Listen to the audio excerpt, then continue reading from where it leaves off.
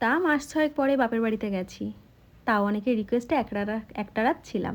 ভাইজির বার্থডেতে গেছিলাম, সেদিন রাত্রেই চলে আসার কথা ছিল, কিন্তু বাবা বলল অনেক রাত হয়ে গেছে, ভাই বলল এখন যাওয়া হবে না, সকালবেলা চলে যাস। কিন্তু সকালবেলা কি আর আসা হয়, বড় বলল তুমি থেকে যাও, তো এই আর কি। সকালবেলা একটু চা টিফিন করেই বেরিয়ে পড়েছি আমরা বিলে। এটা কিন্তু বিল না, এটা আমাদের সম্পূর্ণই চাষের জমি।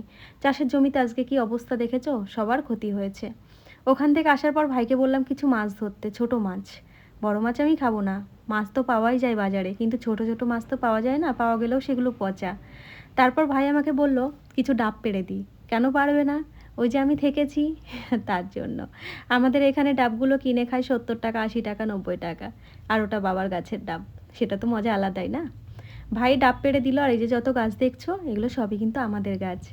আর সত্যি বলতে এগুলো আগে ছোটোবেলায় বহুত করেছি। আর এই যে ঘাট বাঁধানো পুকুর, সবাই চান করতে আসে, এগুলোর মজাটাই আলাদা। সেই ছেলেবেলা কি আর ফিরে পাবো বলো, পাবো না। যাই হোক, ভাই ডাব পেড়ে দিয়েছে এবং সেখান থেকে দেখো 3-4টে ডাব আমি নিজে একাই খেয়ে নিয়েছি।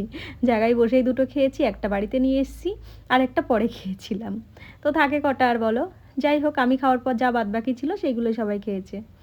ওখান থেকে আমি একটা ডাব তো খেয়েইছি, এবং সেটা কিন্তু ভাই কেটে দিয়েছে, কারণ ডাব কাটা আমি পারি না। ও কাড়া কাটা সব কিছু করে দিলে তবেই খাই। যাই হোক, ভাইকে বললাম মাছগুলো এবার তোল। ও যখন জালটা তুলেছে কি বলবো তোমাদের, এত পরিমাণে মাছ, পুরো ভর্তি হয়ে গেছে। আর এগুলো সব কিন্তু মায়া মাছ, পুরো পেট ভর্তির ডিম। তাহলে বুঝতে পারছো কতটা টেস্টি, যেগুলো টাকা দিলেও বাজারে পাওয়া যায় না। বরকে বললাম কেমন লাগলো, ওর তো খুব ভালো লেগেছে। তো তোমাদের কেমন লাগলো ভিডিওটা, সবাই কিন্তু নিশ্চয়ই জানিও।